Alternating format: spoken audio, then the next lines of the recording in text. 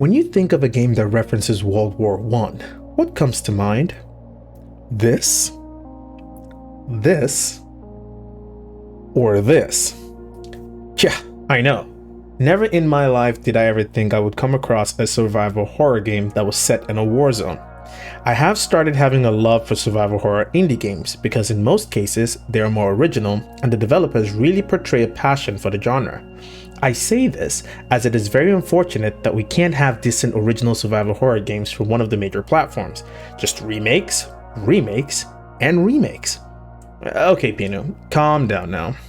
Alan Wake 2 is a masterpiece, but I think you all get the point I'm trying to make here. And the fact that the game was developed by a single person is another outstanding part of this game, and will actually make you appreciate it a whole lot more. Now let's talk about the plot of the game. As you already know by now, it is set during the First World War, but it focuses on the story of a soldier who is conscripted to the French defenses against the invading German army. You see what I did there?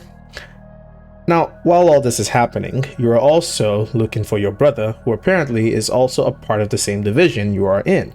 Before you know it, you'll quickly find yourself pushing into German territory in a foolish yet courageous attempt to find your brother. The graphics is alright for a solo dev indie game. In fact, it is pretty impressive on how the developer is able to succeed in placing the player in a haunting battleground while being chased around by German soldiers and rats. Yes, you heard me. Rats. That is a nightmare theme and a half, if I have ever seen one. The game takes a lot of inspiration from Resident Evil, the inventory management, ammo scarcity, and of course, the bottomless storage box. All these elements were a great addition to the game, as those are my favorite elements of the Resident Evil franchise. Now, the game is classified as a horror game, and even with the absence of actual monsters or jump scares, it really does a tremendous job with psychological horror. Every location just felt like an environment void of life from the effects of war. You'll see yourself wandering around a battleground littered with corpses and finding mementos from fallen soldiers, showing evidence of a life they all wished to return to if they had survived the bloodthirst of warfare. The stages of the game were pretty cool. Although some of the maps could be done a lot better, especially that of the forest, it'll drive you half crazy if you can't read the map. And since the maps are all hand-drawn, it only adds to the difficulty of navigating certain stages. I am a big fan of good music in video games, and this one was alright.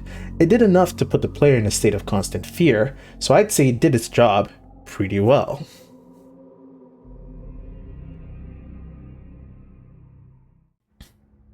Now let's get into my favorite part of the review, the gameplay.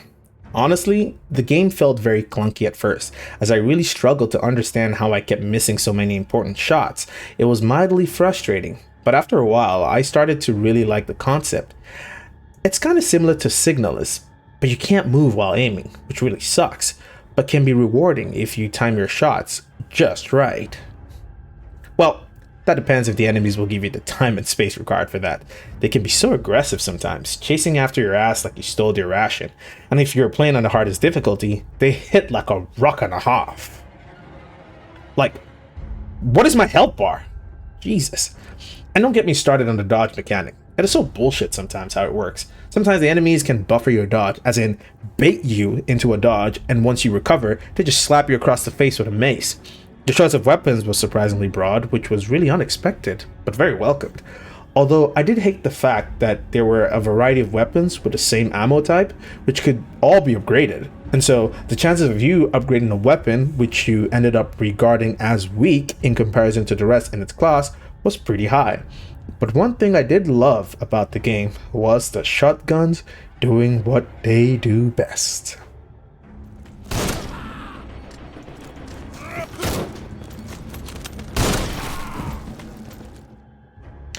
There were also a lot of areas in the game that required the use of a flashlight to easily navigate, as it can be nearly impossible to know where the enemies are coming from without it. Of course, the flashlight uses batteries, which added elements of urgency and panic to the gameplay. However, it was very easy to waste your batteries as there isn't a HUD indicator for your flashlight being on, and so when you are in bright areas, you really have to pay attention to the body of the protagonist to ensure you don't have to waste money on batteries in the future. And I would be remiss if I didn't talk about the damned rats. The rats in the game are the most annoying things about the game. When you kill enemies, they don't disappear. Instead, they start to display elements of decay with flies hovering around the corpses, and after a moment has passed, the rats appear, feeding on the corpses. If you couldn't help yourself but kill German soldiers, then prepare to meet these guys almost everywhere.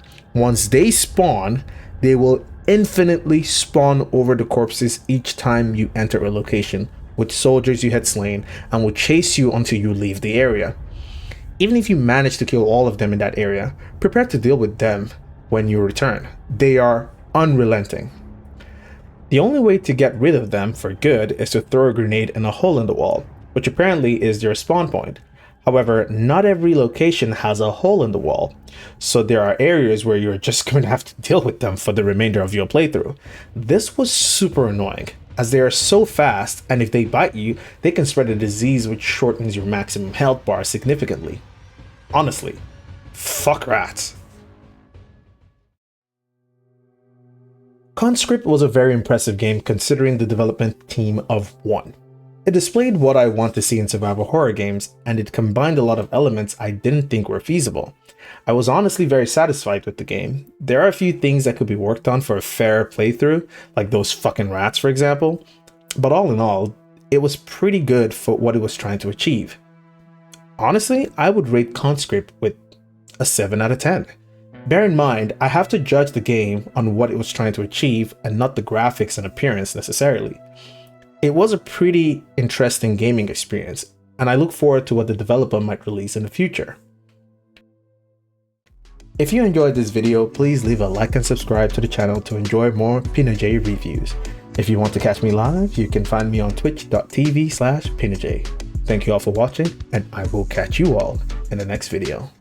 Peace.